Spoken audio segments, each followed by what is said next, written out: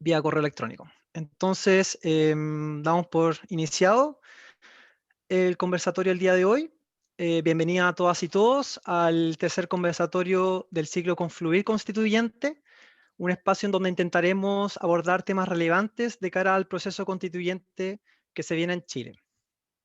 Confluir es una plataforma colaborativa que busca pensar y proponer políticas públicas basadas en la evidencia y con perspectiva ciudadana.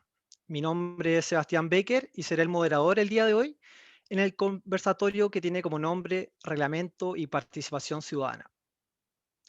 En esta oportunidad queremos dialogar sobre una de las cuestiones primordiales que deberá enfrentar la Convención Constituyente. Esta es, ¿cuál será el rol de la ciudadanía en la redacción de la nueva Constitución?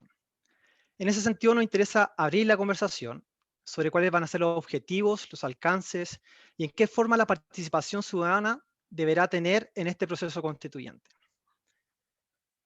Para tal conversación nos acompaña el día de hoy, en primer lugar, María Cristina Escudero. Ella es abogada y doctora en Ciencia Política por la Pontificia Universidad Católica de Chile y actual profesora del Instituto Nacional de Asuntos Públicos de la Universidad de Chile. Bienvenida María Cristina, un gusto tenerte hoy día con nosotros. Muchas Junto, gracias por la invitación. junto a ella nos acompaña Pamela Figueroa Rubio. Ella es doctora de Estudios Americanos por la Universidad de Santiago e IDEA y actual coordinadora del Observatorio Nueva Constitución. Bienvenida, Pamela. Buenas tardes, muchas gracias por la invitación, Sebastián, y a todo el equipo de Confluir. Y finalmente nos acompaña el día de hoy José Francisco García. Él es abogado y doctor en Derecho por la Universidad de Chicago y actualmente se desempeña como profesor asociado de Derecho Constitucional en la Pontificia Universidad Católica de Chile. Bienvenido, José Francisco. Hola, gracias Sebastián, gracias a Alex y a Confluir por esta invitación, a la audiencia y por supuesto este panel que me encanta, digamos, con Pamela y con Cristina, digamos, a quienes tengo en la más alta estima y cariño. Buenísimo. Entonces, para explicarle un poco en qué consistirá este conversatorio, la metodología será simple. Cada invitado tendrá entre 3 a 5 minutos para responder y replicar las preguntas que iremos planteando sobre los nudos y desafíos asociados a la redacción del reglamento, con un foco, obviamente, en la participación ciudadana. Esta etapa durará entre 40 a 45 minutos para luego pasar a una segunda sección de 15 minutos en donde el público podrá hacer sus preguntas. Entonces, invitamos a todas y todos que nos acompañan el día de hoy a realizar sus preguntas y dejarlas en el chat para que nuestros invitados e invitadas puedan responderla al final de esta primera sección. Les recordamos también mantener sus micrófonos y cámaras apagadas durante todo el conversatorio. A modo de introducción, pareciera ser que la participación en el proceso constituyente deberá sortear varios desafíos. El primero de ellos, que parece más relevante, es el factor tiempo. El tiempo en política es un asunto crucial y clave. La convención, en este caso, tendrá un plazo máximo de 12 meses para acordar un nuevo texto constitucional. De no llegar a acuerdo, significaría mantener la constitución de 1980. Si coincidimos que entonces que la participación es importante, su implementación requiere una compleja logística que incluye, entre otros procesos, procesos de consulta o procesos de sistematización. Experiencias que ya vivimos en el proceso de participación constituyente con el gobierno de Michelle Bachelet hace algunos años atrás. Un segundo desafío que tendrá la Convención Constituyente será el presupuesto. La Convención Constitucional cuenta con un presupuesto alrededor de 6.700 millones de pesos, de los cuales 500 millones corresponden al ítem participación ciudadana. Solo como dato, en el proceso participativo anterior que mencioné en el gobierno de Michelle Bachelet, la glosa en cuanto a la participación versó en algo así de 3.000 millones de pesos. Un tercer desafío que identificamos como confluir es la aplicación de los tratados internacionales. Tratados internacionales como el Convenio 169 de la OIT o la Convención sobre los Derechos de las Personas con Discapacidad establecen reglas de participación para distintos escenarios. ¿Cómo se van a compatibilizar estos tratados internacionales con este proceso constituyente? De serse necesarias consultas, ¿cómo se organizarán? ¿Cuál será su poder vinculante? Para entrar entonces en el marco de la discusión, nos parece como confluir que existe cierta unanimidad en el espectro político chileno, la necesaria, o sea, es necesario establecer mecanismos de participación. Lo anterior, nos dicen los expertos y expertas, garantizaría altos niveles de apoyo y legitimidad hacia el proceso constituyente. En esta línea, entonces, la participación emerge como una herramienta fundamental para la construcción de la confianza política en torno al órgano redactor de la nueva Constitución. A nuestro modo de entender la discusión, una de las disputas políticas que se dará en la Convención Constituyente será entonces qué tan incidente será la participación dentro del proceso constituyente. Y esta disputa entonces tomará forma en la redacción del reglamento de la Convención. He allí la razón de este conversatorio y el trabajo que estamos realizando desde Confluir. Entonces, podemos comenzar con una premisa básica. La participación para todos quienes estamos participando de este conversatorio es importante. La pregunta entonces versará sobre en qué consistirá, cómo se organizará y cuál será el grado de incidencia que deberá tener. Para comenzar, me gustaría partir con José Francisco y preguntarle sobre cuál crees tú que debiese ser el modelo participativo que debiese adoptar la Convención en este proceso constituyente. Y en particular, ¿cuál debiese ser el grado de incidencia que debiera tener la ciudadanía en la redacción de la nueva Constitución? José Francisco, De acuerdo. la palabra es toda para ti. Muchas gracias de nuevo.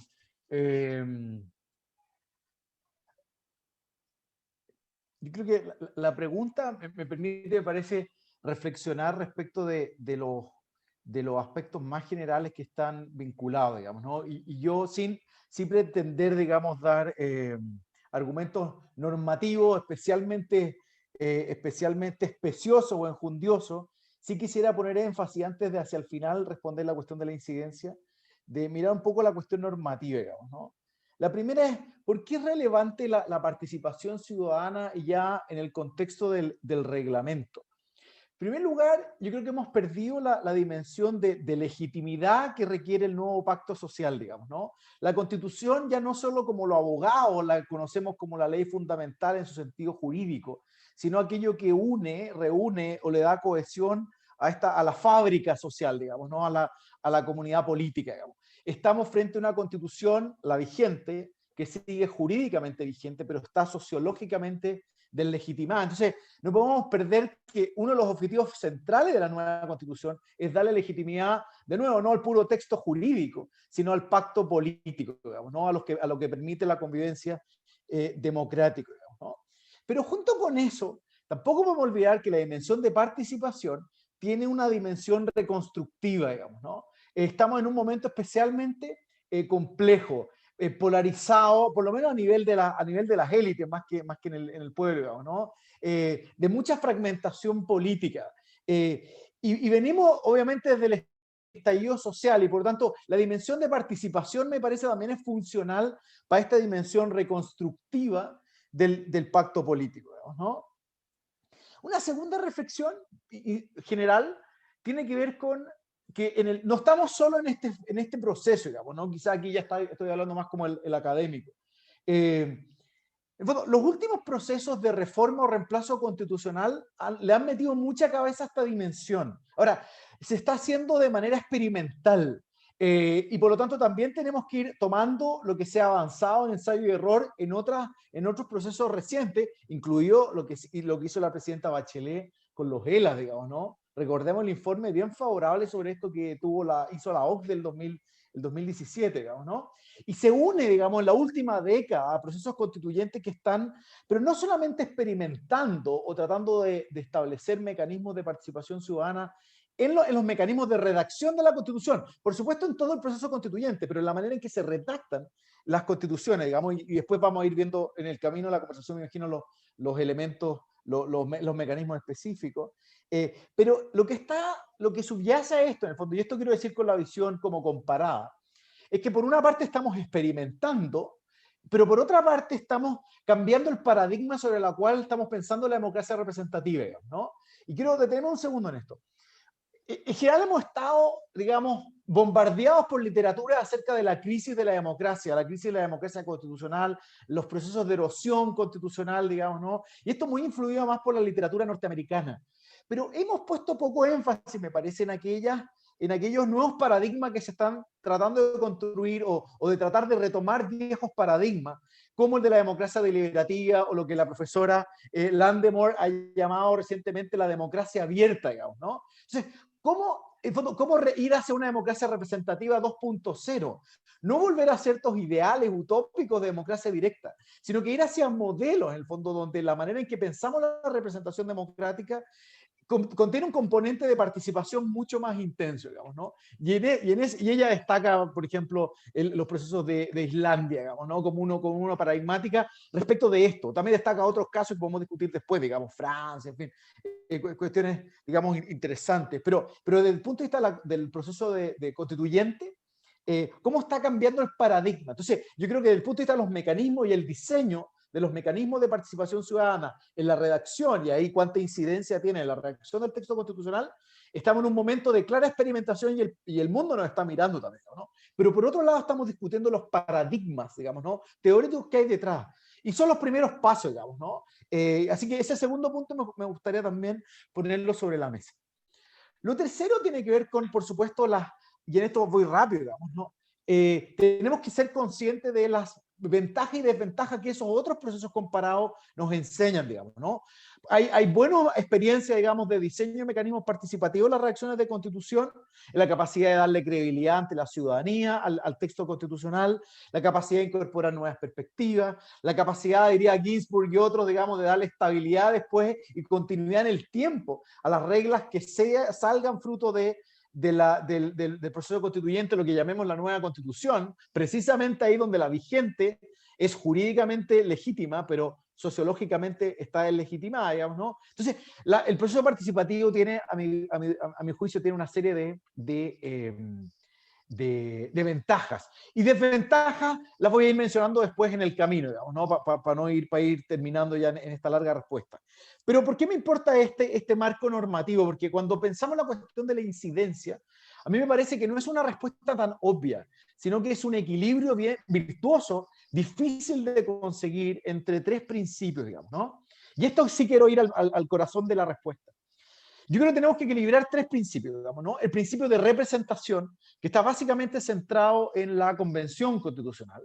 Yo no diría que tenemos un proceso constituyente convencional céntrico, pero sí es un proceso fuertemente representativo. Ese componente es importante tenerlo presente, digamos, ¿no? También la literatura comparada nos ha demostrado por qué es malo, digamos, ningunear o patear este componente, digamos, ¿no? Y ahí hay bastante riesgo. Y además tenemos la riqueza de tener un proceso representativo especialmente rico, ¿no? Con una convención que tiene una cara muy diferente a la tradicional Cámara de Diputados, digamos, ¿no? Que es el modelo en el cual se basa la Convención Constitucional. Pero insisto, pero con otra cara, digamos, ¿no? Entonces, en sí mismo ya tiene una riqueza o una nueva manera de ver la representación, la Convención Constitucional, que por esa vía también fortalece el componente de participación, digamos, ¿no? O por lo menos las adscripciones, digamos, de sectores históricamente desaventajados, digamos, ¿no? El segundo punto de equilibrio es la idea de deliberación. Y yo creo que ese es el componente más interesante, quizás al que menos le hemos metido cabeza, digamos, ¿no? ¿Cómo generar una cultura de deliberación al interior de la convención, pero también sobre la base de la participación ciudadana, ¿no? O sea, no es cualquier tipo de modelo el que yo aspiraría de participación ciudadana, sino que uno que sea básicamente aumentar la calidad de la deliberación y intensificarla. Y el tercer elemento es la participación ciudadana, digamos, ¿no? Que tiene que conversar con el elemento de representación y con el elemento de deliberación. Entonces, esto es como un triángulo sobre la base de estos tres principios. Y hay un equilibrio que creo que tenemos que conseguir y un equilibrio inestable, digamos, ¿no? Por tanto, la incidencia de la participación, creo, tiene que ser pensada desde esa perspectiva. Y luego, complemento esto para matizar incluso o profundizar un poco más. La invitación de ustedes es bien importante de la perspectiva del tiempo, y con esto termino. Es bien importante la perspectiva del tiempo, porque me parece que la participación y la deliberación también tienen que contribuir a la eficacia de la convención. O sea, la participación tiene que ser funcional al trabajo de la convención y al objetivo de lograr, en el fondo, una nueva constitución en 9 meses o en 12 meses, digamos, ¿no? Y el problema de todo esto, y con esto ya me callo, es que tenemos que lograr este equilibrio, digamos, ¿no? Que creo que después podemos ir profundizando cuáles son los diseños, las instituciones que van a generar poder acercarse a nuestro equilibrio, bajo mi modelo de pensar esta cuestión. Pero en el fondo hay arreglos institucionales que me parece que logran mejor este equilibrio que otros arreglos institucionales, digamos, ¿no? Pero tenemos que tener en claro, digamos, ¿no? Que el factor tiempo, y en este momento el factor pandemia, por supuesto, digamos, ¿no? Eso va a hacer que las nuevas tecnologías sean especialmente incidentes, eso especialmente relevante. Eso va a hacer, por ejemplo, que el tipo de representación de los convencionales, especialmente los que no viven en la metropolitana, donde parece va a estar el grueso del trabajo, digamos, ¿no? Vamos a tener que repensar la manera en que van a intervenir los convencionales, digamos, ¿no? Quizás va a tener que ser una convención mucho más tecnológica. Y la participación ciudadana, ya que hay buena experiencia, también va a tener que ser mucho más tecnológica, digamos, ¿no? Entonces el tipo de acuerdo me parece que tiene que ser funcional a esta idea de lograr este equilibrio entre los principios de participación, deliberación y representación. Pero no ha sonado muy abstracto, espero en el futuro poder ir aterrizando estas ideas con los ejemplos de diseño más concretos. Sí. Bueno, quería pasar, darle la palabra a Pamela y un poco aterrizando los conceptos que decía José Francisco en torno, bueno, ya tenemos la experiencia de la convergencia deliberativa, en donde precisamente la participación era un elemento que incidía, pero no vinculada a la redacción de la nueva constitución. Entonces, Pamela, la palabra es tuya. ¿Cómo se logra este equilibrio? ¿Qué tan allá tiene que ir la participación en la redacción misma de la norma constitucional? Sí, perfecto. Muchas gracias. Creo que hay muchas cosas de lo que planteó José Francisco en términos teóricos, que es la metodología de convergencia deliberativa, que es la metodología que diseñamos el equipo de la Secretaría General de la Presidencia durante el gobierno de Michelle Bachelet para llevar a cabo el proceso participativo de ese año, el 2016. Una metodología que es totalmente inédita, innovadora, por eso ha sido tan estudiada y analizada en otros lugares del mundo, y los académicos cada vez la recogen más, y también, bueno, el documento Confluir recogía eso. La idea de la convergencia deliberativa viene, yo creo, de este elemento más teórico que señalaba José Francisco, de que la democracia representativa, si bien es un elemento necesario, no es suficiente, ¿ya?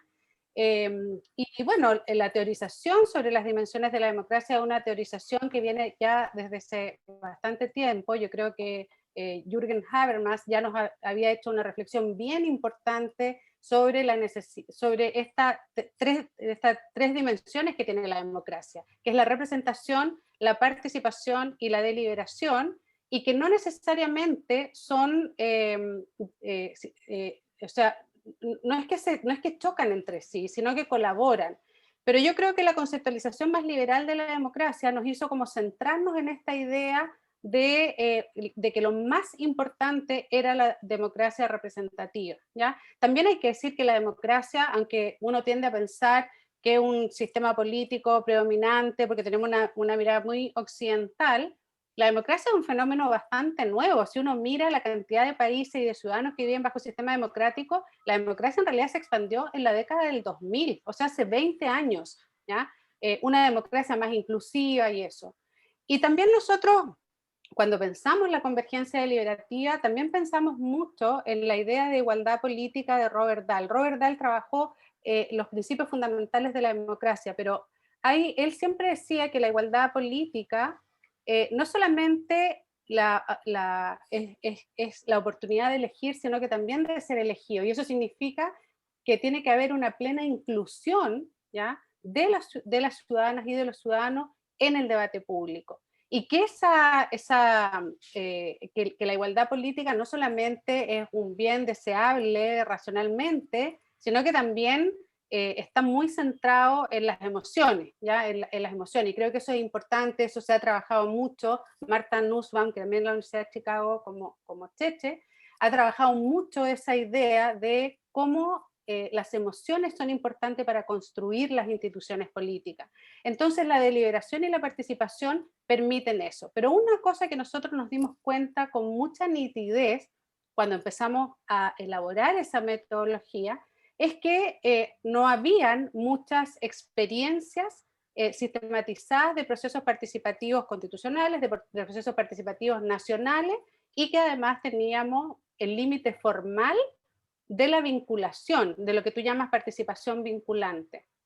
Entonces, junto con diseñar la metodología, que espero poder explicarla con más detalle si tenemos tiempo, también hubo un razonamiento que estuvo muy desarrollado como por el coordinador constitucional, que es Tomás Jordán, de que finalmente la presidenta Bachelet, como presidenta de Chile, al ser co-constituyente, podía generar lo que se llamaba una participación incidente desde la potestad política de ella, y que esa participación era incidente porque era convocada por un poder co-constituyente, recogida y incorporada al debate constitucional.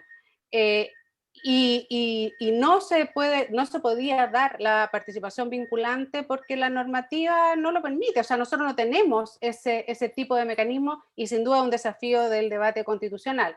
Entonces creo que este mecanismo de una convocatoria amplia a la participación ciudadana en un formato innovador, porque en el fondo no era un proceso participativo, era un proceso deliberativo, o sea, estar en un encuentro local autoconvocado con personas que se generaban sus reuniones a partir de una metodología común y profundizar ya en temáticas. Los encuentros locales autoconvocados tenían una duración de entre 4 y 8 horas, no era solamente una participación electoral, que es la representación, o poner un like en una página web, ¿ya? Sino que realmente a partir de una metodología, de unas preguntas, de temas constitucionales, generar esa deliberación.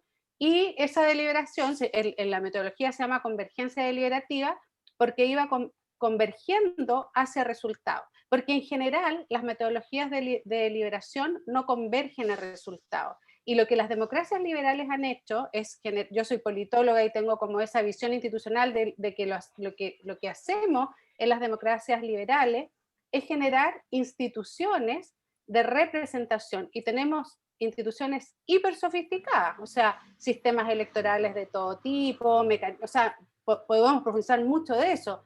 Y buscamos a través de esos mecanismos de representación dar legitimidad.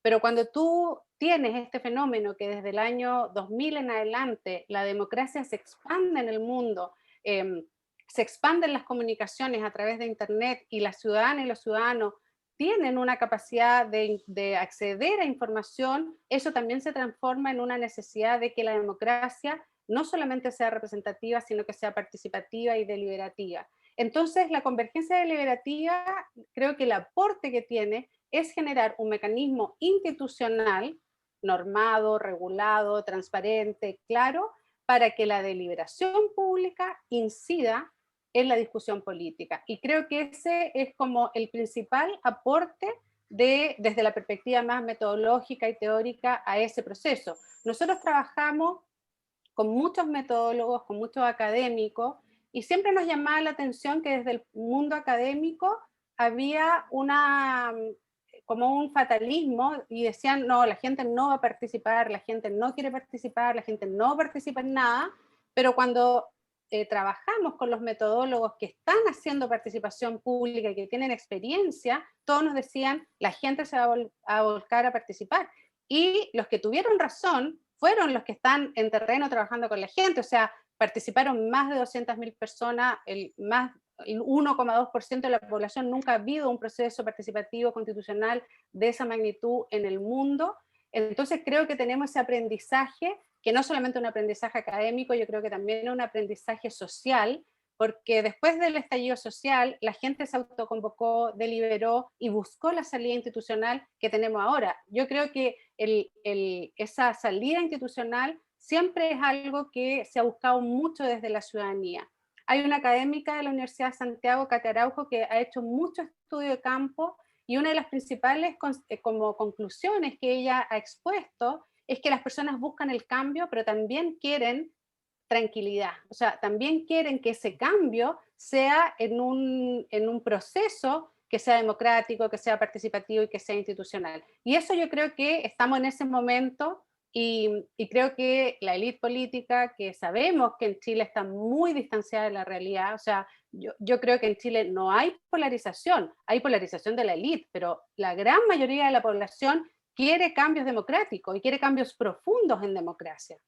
Entonces, la élite tiene una tarea enorme, que es conectarse con lo que está pasando en Chile, y creo que los mecanismos de participación y de deliberación son la herramienta democrática para profundizar la democracia. Y por eso el proceso chileno hoy día tiene tanto interés internacional, porque están todos los ojos puestos en que si esto funciona, puede tener un efecto muy importante en el futuro. Y eso que no me alcancé a referir ahora, de la paridad, la inclusión de los pueblos indígenas en escaños reservados y la gran participación de independientes, que creo que también es un desafío, porque tenemos que fortalecer los partidos políticos para fortalecer esta democracia más de futuro.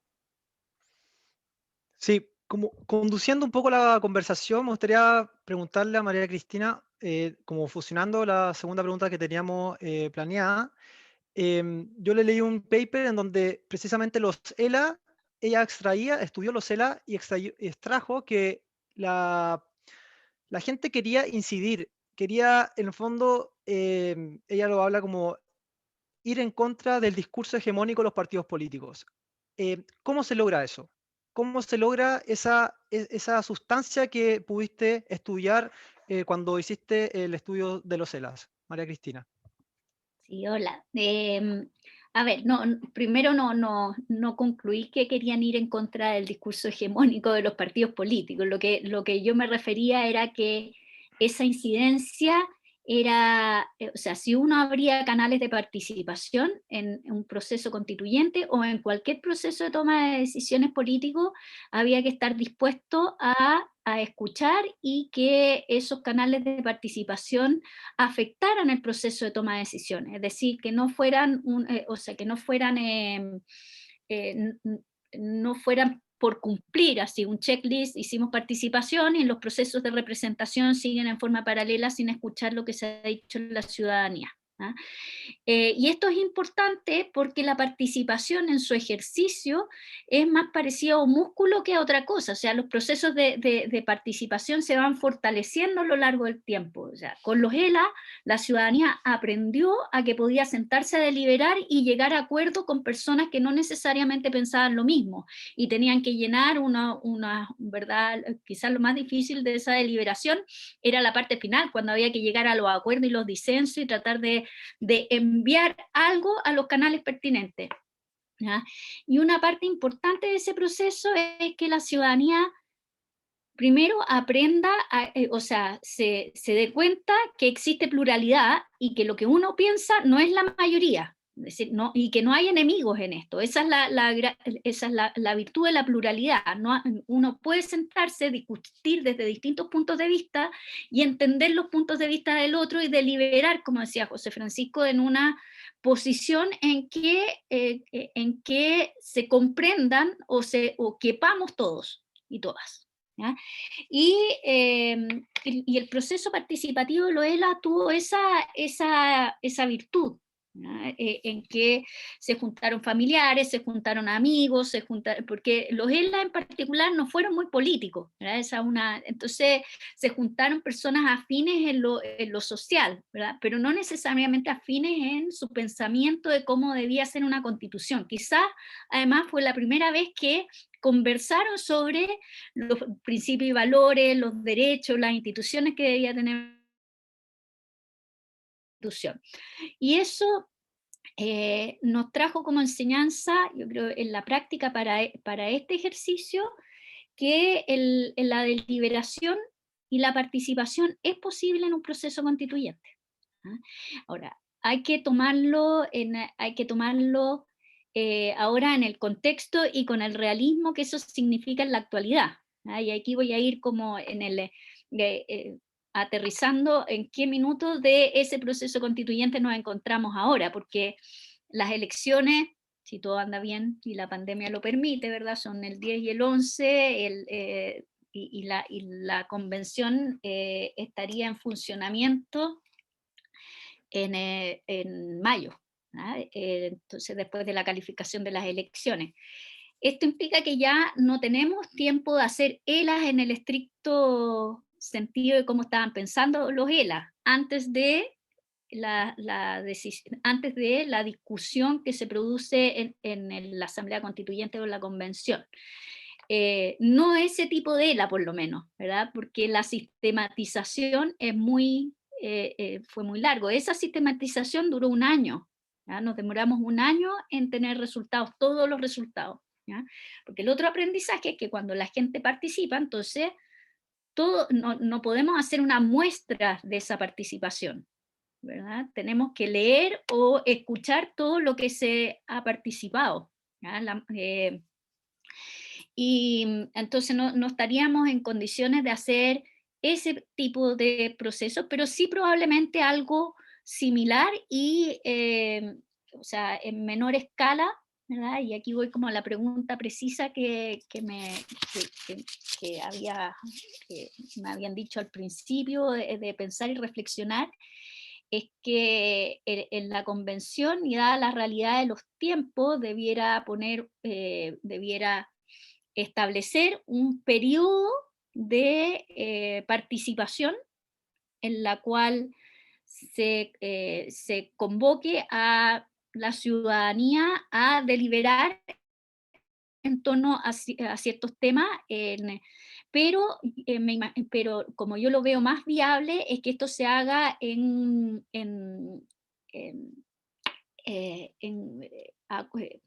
en concordancia con las comisiones y los temas que se vayan a discutir en cada una de las comisiones. Entonces en el reglamento primero hay que definir qué comisiones va a haber, ¿ah? Y que las comisiones abran un periodo de participación y de diálogo con la ciudadanía. Es decir, primero escuchar, ¿ah? Y después deliberar, ¿ah? Creo que debieran haber otras instancias, pero esa como una primera gran instancia, ¿verdad? En un periodo acotado de tiempo, que la ciudadanía sepa, ¿verdad? Se organice y pueda hacerlo. Y lo más importante aquí, que está relacionado con los recursos de los cuales hablaste en el principio, es que tiene que haber recursos para que eso sea incidente, es decir, que esa participación no sea que cada uno de las y los convencionales escuche lo que quiere escuchar y después recalque lo que le pareció mejor de esa participación, sino que haya algún resultado, ¿verdad? Y no necesariamente incidente porque sea vinculante, sino que sea incidente porque en el caso de que la convención o esa comisión no tome, ¿verdad?, una posición mayoritaria de la participación, la tiene que justificar y se la tiene que explicar a la ciudadanía. ¿Por qué eso no? ¿Verdad? Eso es parte de la deliberación. La forma de hacer estos mecanismos, de hacer un proceso constituyente que considere en serio la participación, no es, desde mi punto de vista, y puede ser algo polémico para algunos, no es decir que va a ser vinculante, sino decir que va a ser con una metodología que se va a saber lo que la ciudadanía piensa, puede pensar varias cosas sobre un tema, ¿verdad? No necesariamente la ciudadanía es un solo cuerpo que piensa todo igual, pero la convención debe tomar en consideración eso, debatirlo y decir por qué sí, por qué no, o en qué medida, ¿verdad? Eso sí influye en la decisión que se está tomando o por qué no. Esa es la incidencia, ¿ya? Y probablemente cuando las personas están pensando en que sea vinculante, es porque piensa que no va a ser considerada, que va a perder tiempo, va a ir a unos cabildos, ¿verdad? Va a decir lo que piensa y pues, después nunca va a saber qué pasó con eso. Entonces, dice, tiene que ser vinculante, es decir, tienen que escucharme. ¿Ay? Y la forma de que eso suceda es haciéndola incidente en el sentido que yo acabo de decir. ¿Ah? Después creo que debiera haber también, y algo que se ha debatido bastante, que es parte de la participación y de un concepto más amplio, que es de la inclusividad de un mecanismo constituyente, qué tan inclusivo es. ¿Ya? Está la participación, está la representación, ¿ya? Y también la forma en cómo se producen los debates, si es que son públicos o privados, porque la ciudadanía tiene la posibilidad de participar en la medida de que sea lo más transparente y público posible. Si no, y esto hay que ponerlo en el contexto de cómo es el proceso constituyente en Chile y de dónde viene, ¿verdad? Viene de una ciudadanía que ha manifestado, y hay evidencia en distintos estudios, un cierto desapego y desvinculación con las instituciones representativas, que eso sería la convención, ¿verdad? Y mucha desconfianza, no solamente con las instituciones, sino interpersonal, entre ciudadanos. Y esto implica que para la legitimidad, en el caso chileno, ¿verdad?, vamos a necesitar mucha publicidad, mucha transparencia, ¿verdad?, independiente de las virtudes que tenga tener reuniones, que se ha hablado mucho que la única forma de tomar acuerdos y que sea fácil la deliberación y hacer compromisos y ceder en las posiciones tienen que ser a puerta cerrada y tienen que haber espacios como de más privacidad de la discusión. Sí, eso es una virtud, pero en el caso chileno probablemente esa virtud se convierta en un defecto porque no resolvemos un problema que tenemos en Chile, que es el problema de la confianza institucional, interpersonal, y que tenemos que resolver con el proceso constituyente, ¿ya? Y eso va a ser, si nosotros tomamos ese camino de más publicidad, vamos a tener que tener ventanillas abiertas también para que la gente comente y personas para que respondan eso y de alguna manera que en todas las mañanas haya como una suerte tal, dice, bueno, la ciudadanía más o menos llegaron tres comentarios, ¿verdad? Y haga una suerte como de resumen, ¿verdad? Y que la convención se pueda ir haciendo cargo de eso, ¿ah? Y el otro punto, y con esto termino, después podemos seguir haciendo más comentarios, que creo que es importante para la participación y la inclusividad de la convención, es que hay una suerte de educación permanente de lo que está pasando dentro de la convención, ¿ah? Porque tenemos mecanismos de toma de decisiones que son difíciles, o sea, que son con una vara alta, los 2/3 es una vara alta, y eso significa que va a haber muchos acuerdos, muchas concesiones, mucho diálogo, y que vamos a tener que hacer un esfuerzo todos en escucharnos y llegar a estos consensos más amplios. Y eso la ciudadanía lo tiene que entender al final de este camino de la convención, por qué se toma una decisión y no se toma otra, ¿verdad? Eso se hizo a cambio de qué, o sea, ¿verdad? Entender el diálogo, entender los mecanismos de deliberación, y eso yo no veo otra forma de hacerlo que no sea con mucha publicidad, ojalá que la convención tenga fórmulas en que vaya comunicando los acuerdos que se van llegando, que esto haya sido público, que la gente los pueda cuestionar en su momento, y que al final cuando tengamos un texto borrador la gente lo entienda y lo vote favorablemente. Porque no olvidemos que el otro mecanismo de participación que tenemos es a través del plebiscito de salida. Eso después puedo seguir. Sí, bueno, muchísimas gracias. Solo recordarles que ahora pasemos a preguntas más concretas y respuestas cortas para poder estar dentro de los tiempos, ya que en 45 minutos más esto debería terminar. Quería tomar el punto de la confianza, cómo logramos esta confianza, y preguntarle a José Francisco, por ejemplo, una pregunta muy concreta, hablando sobre los mecanismos de participación que deben existir en este proceso constituyente. Iniciativas populares de ciudadanos como lo vimos en la Constitución de Ciudad de México o la experiencia brasileña. ¿Lo ves posible? ¿Sería una forma de solucionar esta idea de desconfianza que existe de la ciudadanía? Y de esta forma, en el fondo, la ciudadanía podría efectivamente incidir en la participación. José Francisco. Sí. Mira, yo lo veo como uno posible, digamos, ¿no? No sé si es de lo que más me gusta, porque efectivamente la Pamela tiene su sesgo deliberativo habermasiano, Yo tengo mi sesgo deliberativo niniano, ¿no? Por Carlos Nino. Y yo creo que hay algunos de estos mecanismos que me parece que cooperan y son virtuosos, y hay otros que pueden entrar en tensión. Yo creo que el de la iniciativa de reforma es uno que no tiene que ser descartado, pero uno de los que tensionan más la dimensión representación-participación.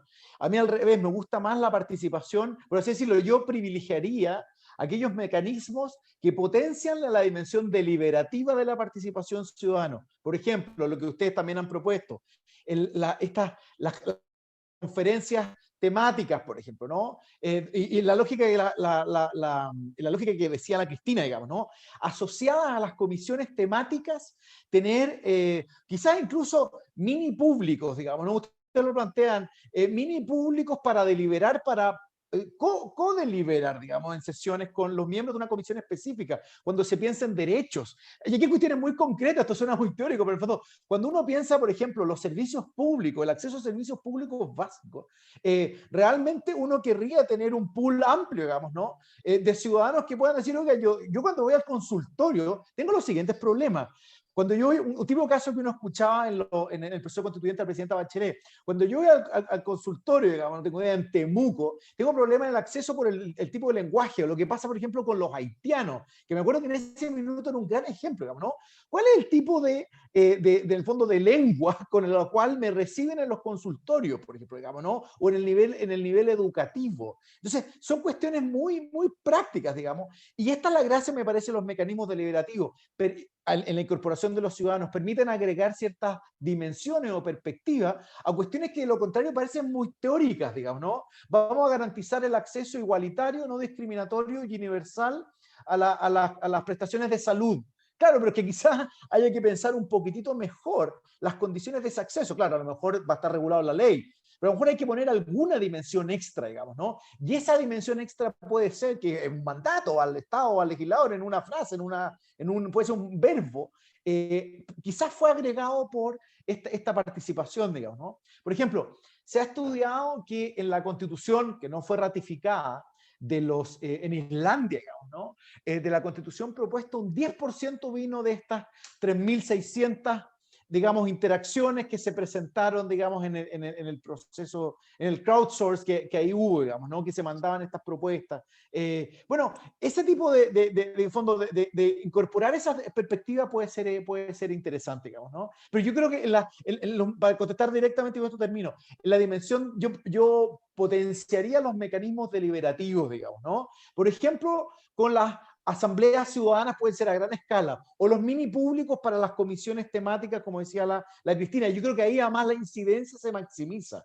Porque a mí me parece que la Cristina ha estado, en general, yo la he seguido en el debate público, ella hace una buena distinción entre la incidencia y lo vinculante, pero las condiciones de la incidencia para que sean, digamos, eficaces, tienen que tener muy alta transparencia y tiene que haber además bidireccionalidad. O sea, en el fondo, la Cristina lo dijo más diplomáticamente, pero lo que no puede pasar es que en el fondo llegan propuestas, digamos, ¿no? Y en realidad no hay responsividad.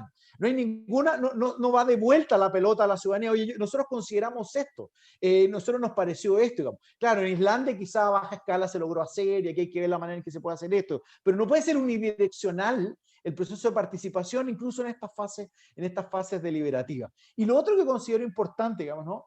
Entre otras propuestas, es tener una comisión. Yo pensaría que van a haber comisiones temáticas, 7, 8, y yo pensaría unas 3 o 4 comisiones orgánicas. Una de ellas tiene que ser específicamente esta, porque se necesita plata, tiempo, y se necesita, digamos, un back office importante para... O sea, la Cristina y la Pamela tuvieron un tremendo rol, ambas en roles diferentes, el profesor de la presidenta Bachelet, y saben todo lo que hay detrás de esta cuestión, digamos, ¿no? Entonces, esto se requiere. La Cámara de Diputados hoy día tiene, digamos, gente detrás pensando esta cuestión, la manera en cómo yo genero una participación bajamente incidente, pero hay algo, digamos, ahí, digamos, ¿no? ¿Cómo se genera esto? Va a generar recursos, personas, en fin. Y ahí yo pensaría en una comisión que tenga un rol específico en materia de participación, quizás también de comunicaciones, puede tener algunos roles más, pero su eje es participación. Yo pensaría en una comisión orgánica de participación lidere esto, digamos, ¿no? Entonces yo creo que hay varios mecanismos, y con esto cierro, hay varios mecanismos que me parece potencian más la deliberación, una deliberación que sea incidente Y yo creo que en esa escala de mecanismos, no sé si la iniciativa popular, en el fondo de propuesta, es una de las que yo más le daría, por el plazo, por el tiempo, por la pandemia, a una que yo pondría entre mis rankings muy arriba, digamos. Muchas gracias, José Francisco. Pamela, ya María Cristina, en el fondo, de cierta forma, descartó la posibilidad de uno replicar los ELA. ¿Cómo lo ves tú de cara al proceso constituyente? Estoy pensando, por ejemplo, ok, podemos repetir mini públicos que incidan en la discusión deliberativa de la convención, o bien incorporar ciudadanos aleatoriamente, como sucedió en Irlanda, bueno, su experiencia constitucional, en donde incluyeron en comisiones temáticas, como hablábamos, ciudadanos aleatoriamente para que puedan entregar esta voz que mencionaba José Francisco. ¿Cómo lo ves tú, Pamela? Sí, mira, a ver, yo creo que para pensar el mecanismo de participación en la Convención Constitucional, que o sea, hay que tener también, a veces salirnos un poco del análisis académico y ver algo de lo que es posible, ¿ya? Y eso tiene muchas complejidades. Yo creo que lo primero que hay que pensar es la sociedad que tenemos, porque cuando uno quiere transferir metodología, ¿ya? De otros contextos, eso no siempre funciona, ¿ya? O sea, no es que exista una metodología ideal, o sea, hay distintos tipos de metodología y yo creo que lo primero es pensar la sociedad que tenemos, y la María Cristina dio en el clavo. Nosotros tenemos una sociedad altamente desconfiada, no solamente hacia las instituciones, sino que también entre las personas. El otro día Pipa Norris sacaba unos gráficos de desconfianza a nivel mundial y Chile es de los países con más alta desconfianza. O sea, en América Latina en general hay mucha desconfianza. La confianza, y estos expertos en temas de reconstrucción de confianza siempre señalan que la confianza se da no por declaraciones, la confianza se da por hechos concretos, ¿ya? Por esta responsiveness que plantea José Francisco, que en el fondo es entender que la autoridad tiene que tener una sensibilidad de recepción y de hacerse cargo. Porque gran parte de las experiencias participativas en procesos constituyentes ha sido muy inorgánica, entonces todo el mundo participa y se genera una sensación de participación, pero después no hay mecanismo de incorporar esos debates en el debate público, fundamentalmente porque falta la voluntad política, que es el gran ejemplo de Islandia. O sea, se hizo en una sociedad hiperdesarrollada, participó un grupo acotado de personas, pero el fracaso de ese proceso es por desconectarlo del debate político. Entonces, cuando llega al mundo político, el proyecto se guarda en un cajón y ahí queda, ¿ya? Entonces, ¿descomprimió una crisis social y económica que había en algún minuto? Sí, pero no arribó al texto. Nosotros estamos, yo creo, en otro momento, porque nosotros ya tuvimos la experiencia del 2016, entonces hay como una expectativa distinta. Entonces, dicho eso, y tomando la experiencia de 2016, yo creo que una de las cosas como positivas del 2016 fue estrategias múltiples de participación. Entonces, había una encuesta individual por internet, estaban los encuentros locales autoconvocados y los cabildos provinciales y regionales. O sea, había una participación individual a través de internet, una autoconvocatoria, ¿ya? Que es la participación más local, y luego una participación territorial más tradicional, que es convocar a personas en un lugar, personas que no se conocen, etc. Entonces, creo que hay que pensar en esa multiplicidad, sobre todo por el límite de tiempo que tenemos para el debate constitucional, ¿ya? Creo que eso hay que pensarlo así. Otro como aprendizaje del 2016 es que la metodología única de participación es algo que funciona bien. O sea, todos los grupos en los niveles que participen tienen que estar hablando más o menos de lo mismo y de la misma metodología, porque si no, no se puede sistematizar, ¿ya? Y bueno, Cristina explicó que demoró un año con gente muy experta, con recursos disponibles para hacer esa sistematización, porque era algo totalmente novedoso. Y bueno, había que, como bien dijo Cristina, acá nosotros no podíamos hacer como hacemos los cientistas sociales, que es seleccionar una muestra y decir, bueno, esto es más o menos, y tratar de representar, que es algo de lo que a mí no me gusta de los mini públicos, ¿ya? Porque en el fondo estamos en tal nivel de desconfianza que si tú haces estos pequeños grupos, ya sean por sorteo, siempre hay alguien que siente que se quedó afuera, ¿ya? Entonces, creo que hay que buscar mecanismos que confluyan. Y yo sí rescataría a los ELA en una dimensión distinta, porque María Cristina tiene razón, los encuentros locales autoconvocados eran como la hoja en blanco real, ¿me entiendes? O sea, no había nada, la gente partía y decía, bueno, esto es lo que queremos en valores y principios, derechos y deberes, instituciones del Estado, pero yo creo que ahora sí se podría pensar en una metodología de autoconvocatoria a las personas para responder ciertas preguntas en un modelo que ya aprendimos, que hay que tener el mecanismo de sistematización conectado con ese formato, que vaya sistematizando y entregando esa información a los convencionales constituyentes, porque yo creo que también, y un poco acá me voy a centrar un poco más en esta idea de la voluntad política, va a depender mucho del tipo de convencionales constituyentes que lleguen a la convención, ¿ya? Porque la gran desconfianza hoy día es como que la convención sea capturada por las élites, ¿ya? Como que dicen, oye, los del rechazo no querían una constitución y ahora son los que más hacen campaña, o los partidos políticos. Y bueno, ahora nosotros en el Observatorio de Nueva Constitución hemos analizado los datos de las candidaturas y el 60% de los candidatos son independientes, es decir, no son militantes de partido, tienen posiciones políticas, pero no son militantes. El 70% de los candidatos nunca ha tenido una experiencia política ni pública previa, ¿ya? Por tanto, hay una renovación del liderazgo, pero también hay poca experiencia para todo este proceso que implica tomar decisiones. Entonces, yo como resumen diría, mecanismos de participación múltiple que permitan a personas de distintos grupos, porque a veces uno dice internet, pero en Chile no todo el mundo tiene acceso a internet. O sea, hemos visto la crisis de la educación en pandemia, ¿ya? Eso, o sea, y por eso nosotros tenemos un país altamente desigual. Entonces nosotros tenemos que buscar mecanismos, ¿ya?, de incorporación de personas distintas. Y bueno, está el tema también de los pueblos indígenas, también hubo un proceso deliberativo en el 2016 con pueblos indígenas, pero yo creo que hoy día los candidatos a escaños reservados sí están haciendo un trabajo con sus comunidades. Ellos, por su mecanismo también, creo que están mucho más avanzados en eso, por lo menos en varios foros que yo he estado, han estado trabajando con sus comunidades en cuáles son esas propuestas. Buenísimo, muchas gracias Pamela. Un poco para linkear y darle la palabra a María Cristina, y un poco ya también empecemos a cerrar para darle espacio a las preguntas del público. Obstáculos concretos que hemos visto, o sea, ya lo dijiste María Cristina, una sistematización de tal envergadura es imposible con los plazos que tenemos.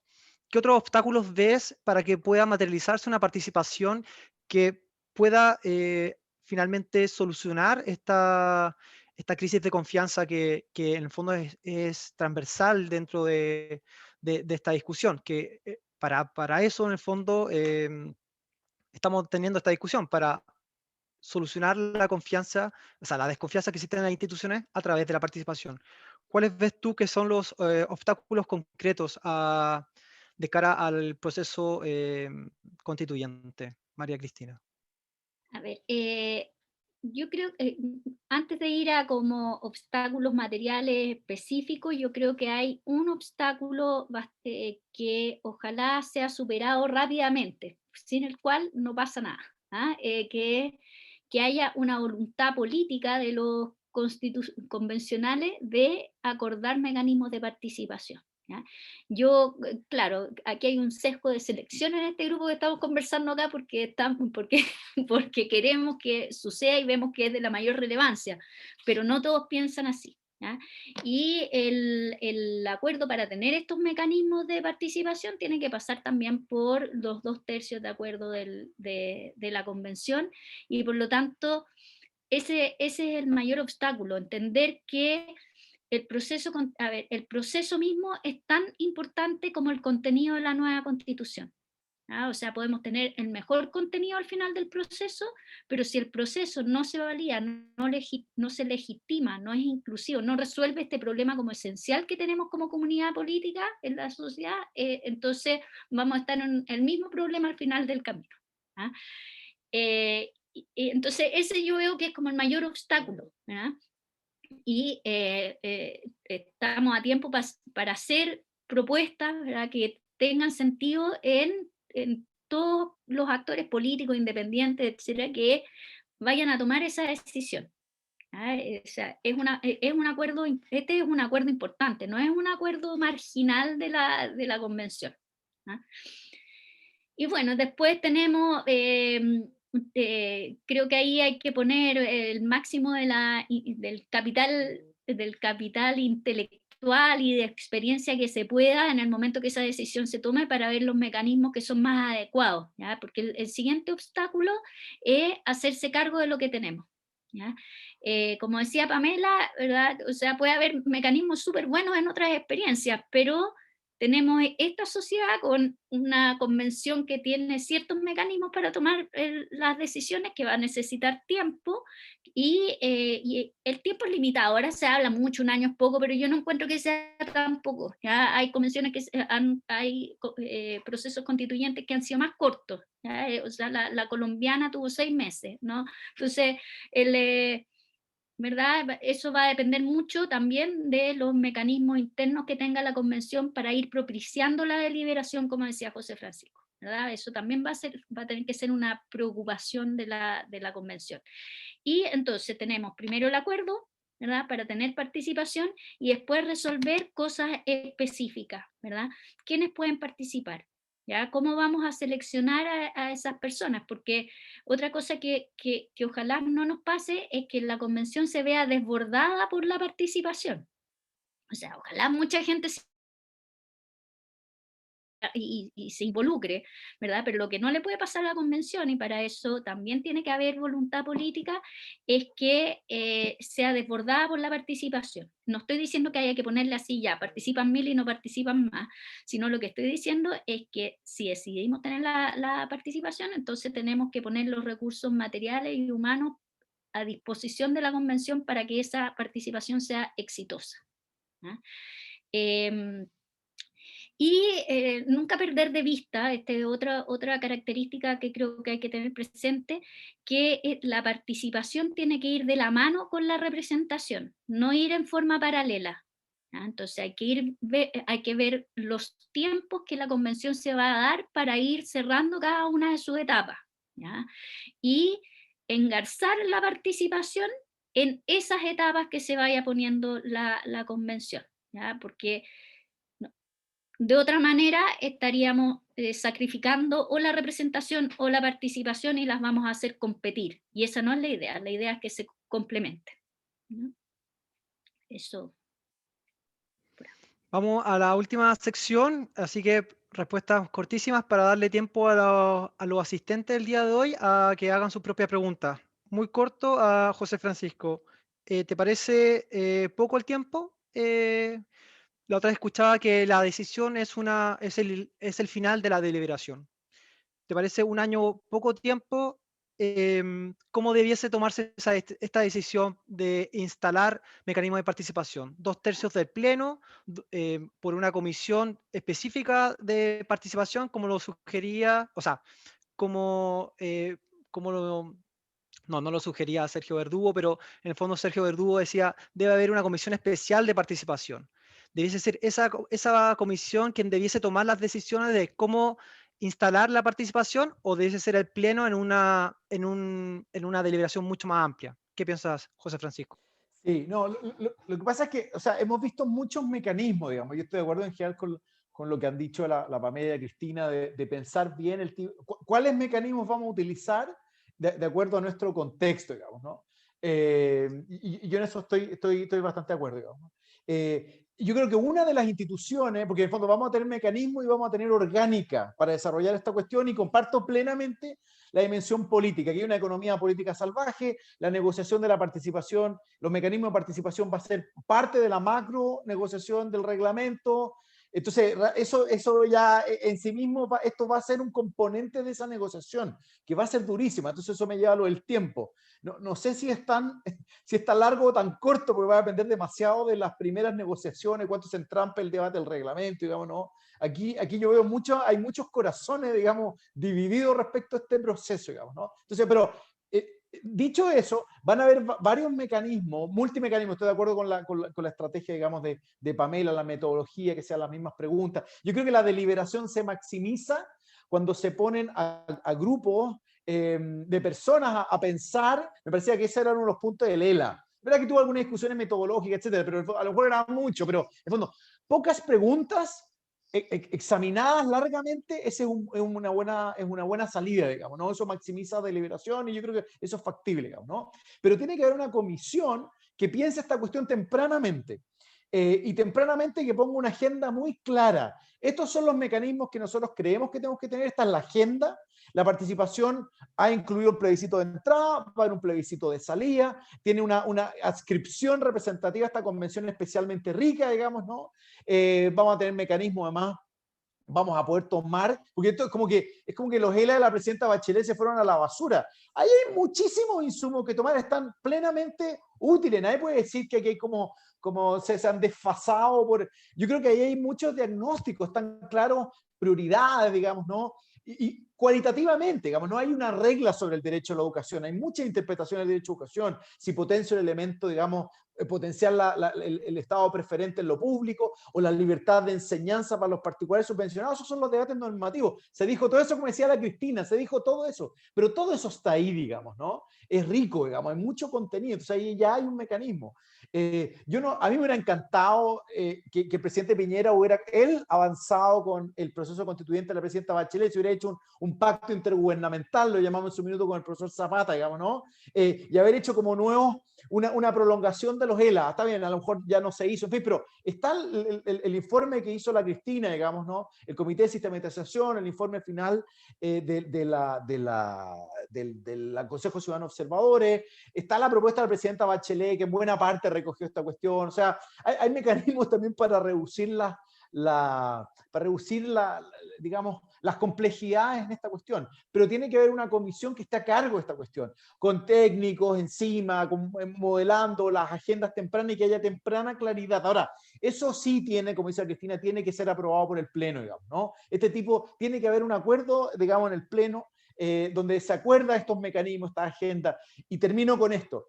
Yo creo que quiero resaltar esto que dijo la Cristina. Yo creo que la incidencia tiene muchas dimensiones. La de transparencia es una importante, digamos. La de la bidireccionalidad es otra, digamos. Pero una clave en la que dijo la Cristina es, esto tiene que ir amarrado, en el fondo, a las decisiones o al trabajo de la comisión, digamos, ¿no? O sea, tiene que sentirse que esos inputs están siendo discutidos pues, por los tomadores de decisión.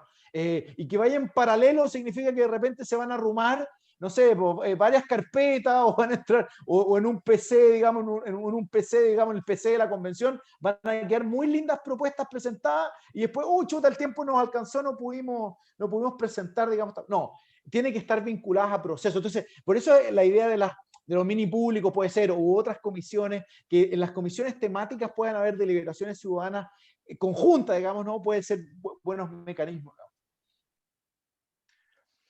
Muchas gracias, José Francisco. Pamela, no sé si quieres agregar algo o yo te hago una pregunta muy corta. ¿Cuál debiese ser el rol de los ELAs para este proceso? ¿Debiesen recogerse y tomarse como un insumo ya en fondo dado para poder iniciar la discusión o modelándola o incluso incidiendo como ha señalado María Cristina?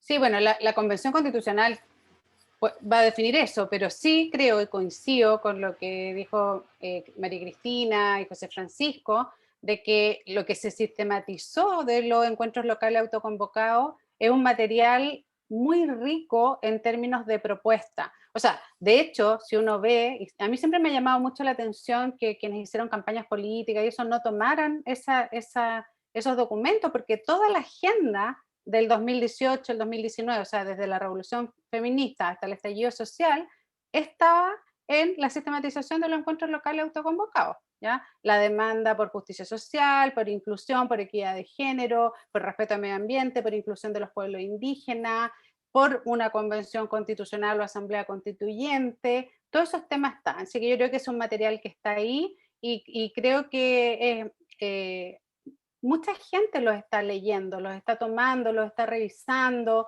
entonces creo que hay una plena coincidencia, pero creo que eso hay que combinarlo con estos mecanismos de participación que hemos estado hablando, que tengan voluntad política, porque si no hay voluntad política no va a haber incidencia, y la voluntad política también se refleja en recursos. O sea, si hay voluntad política, tienen que darse esos recursos, y yo creo que eso va a ser clave. Creo que algo que es bien recurrente señalar que eso es clave para la legitimidad del proceso, y como decía Cristina, finalmente la Constitución no es solo el texto final, es todo el proceso de cómo se llega a ese nuevo pacto social, que es el espacio para como reconstruir confianza entre los chilenos, y creo que eso es clave. Pero sí, y ahí me voy a tomar algo que dijo José Francisco, que coincido plenamente, que esto tiene que ser muy claro, muy transparente y lo más simple posible. Es decir, ítems de pregunta, muy clara la metodología, un formato, o sea, y creo que en eso hay capacidad instalada. El Comité de Sistematización hizo un trabajo increíble, y creo que de esa experiencia se pueden tomar aspectos para que sea incidente esa participación. Muchas gracias, Pamela. Para cerrar esta primera sección y luego pasar a las preguntas, una pregunta para María Cristina sobre lo que no hemos tocado. ¿Cómo compatibilizamos la implementación de tratados internacionales en el proceso de participación? Estoy hablando específicamente, por ejemplo, del convenio 169 de la OIT. ¿Cómo lo ves tú que debiese implementarse, si es que debiese o no implementarse? Y con esto ya cerramos la primera parte de este conversatorio. María Cristina.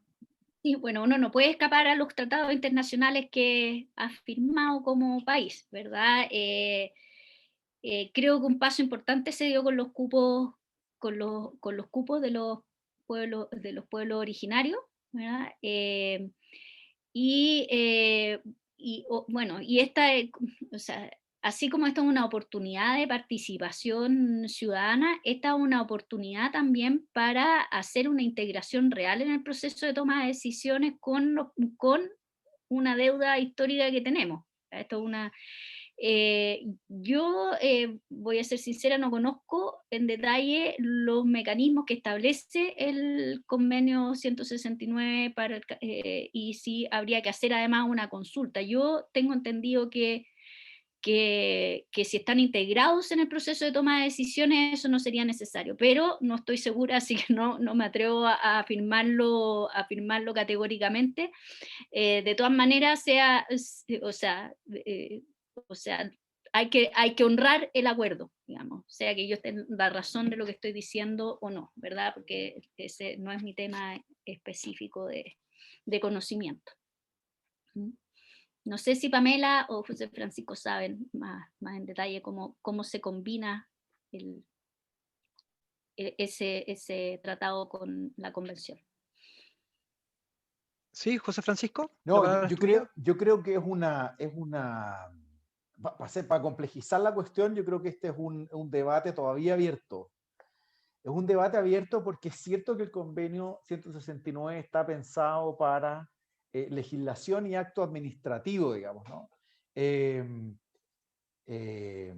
Normas administrativas, y la verdad es que ya estamos empezando a escuchar voces, digamos, ¿no? De que la sola integración en la convención no es suficiente, digamos, ¿no?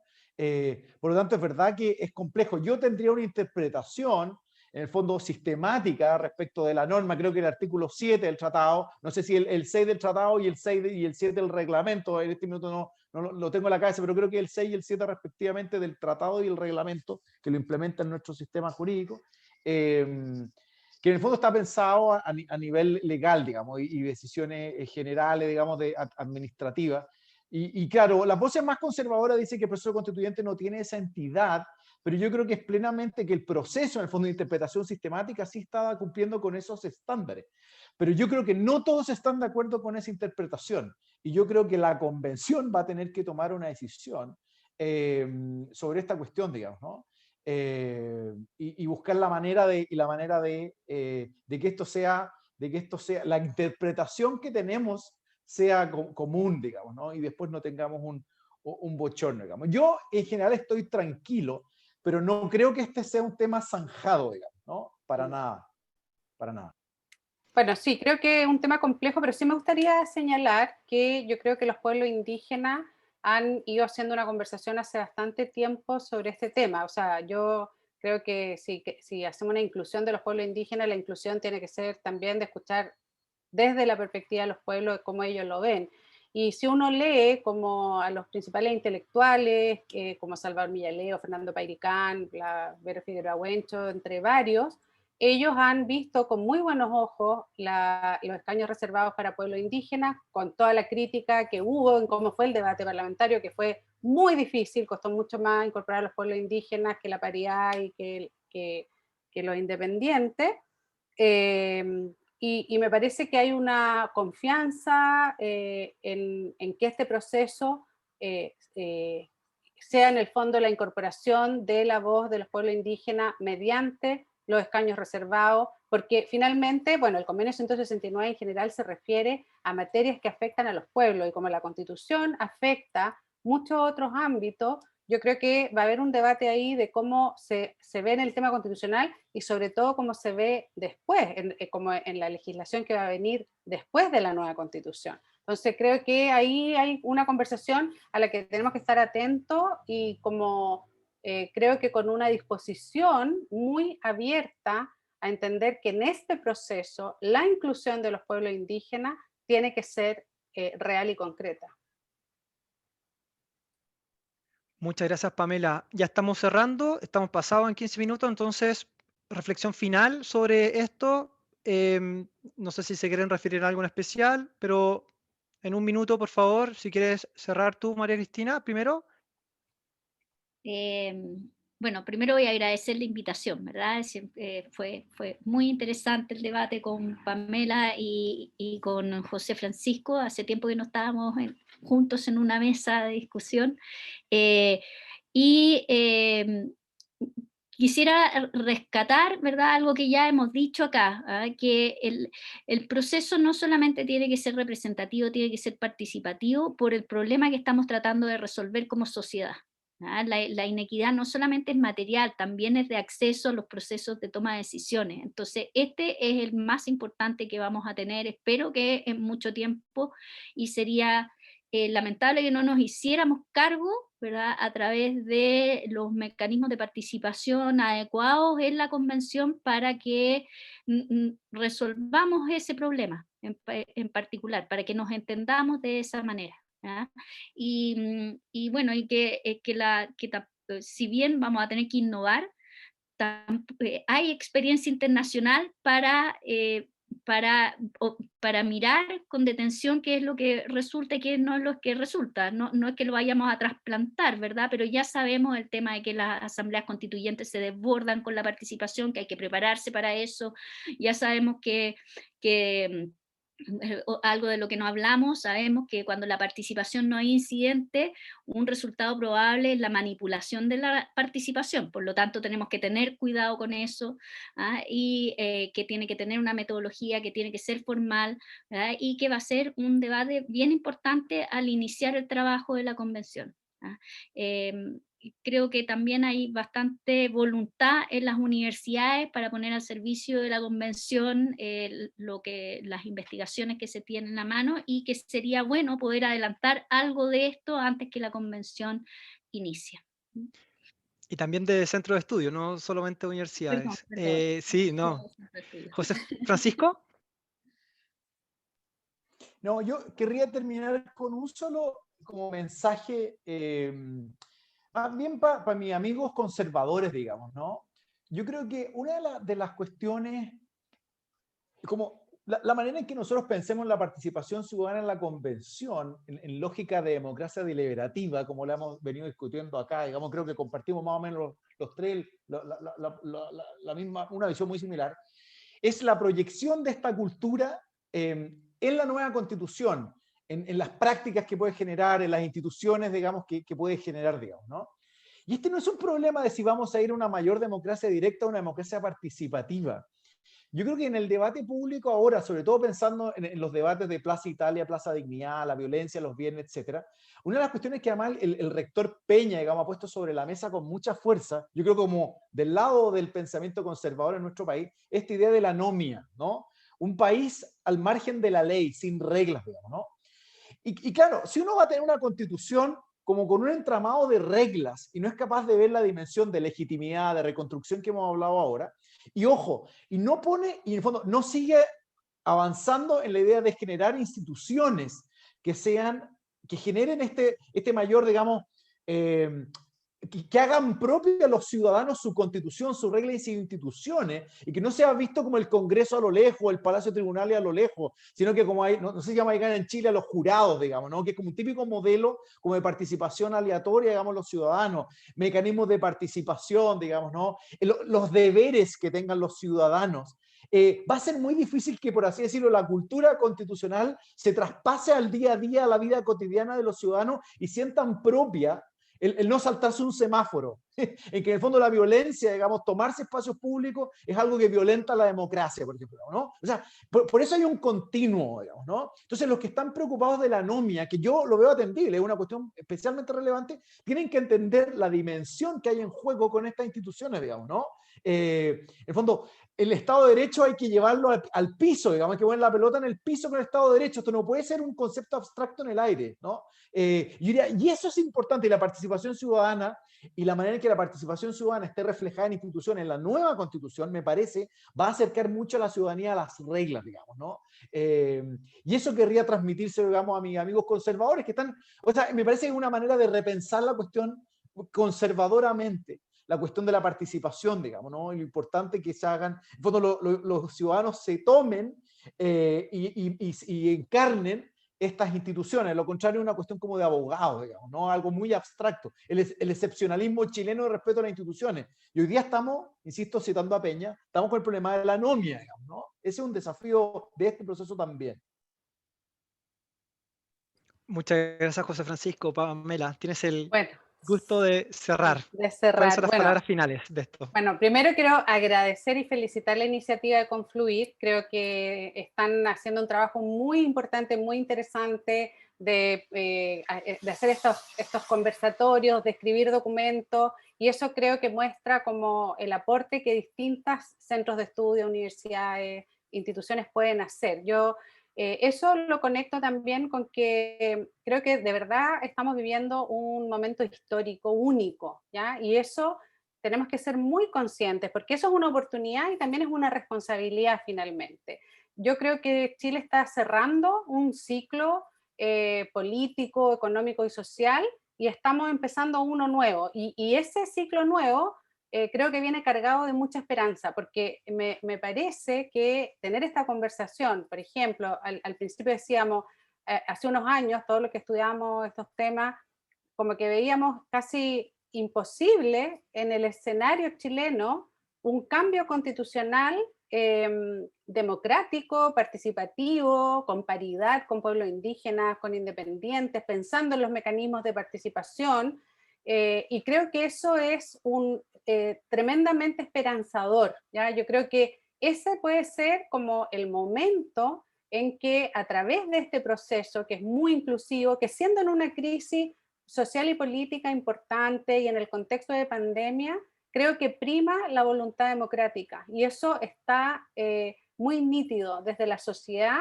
y desde parte importante de la élite. Entonces creo que para que ese camino funcione y podamos seguir avanzando en el camino que vamos, es muy importante, primero, que la gente vaya a votar el 10 y 11 de abril. O sea, acá hay un proceso que se abrió a la ciudadanía, ahora los ciudadanos y ciudadanas tenemos que hacer ese acto, que es ir a votar, ¿ya? Ir a votar, elegir bien, mirar las candidaturas.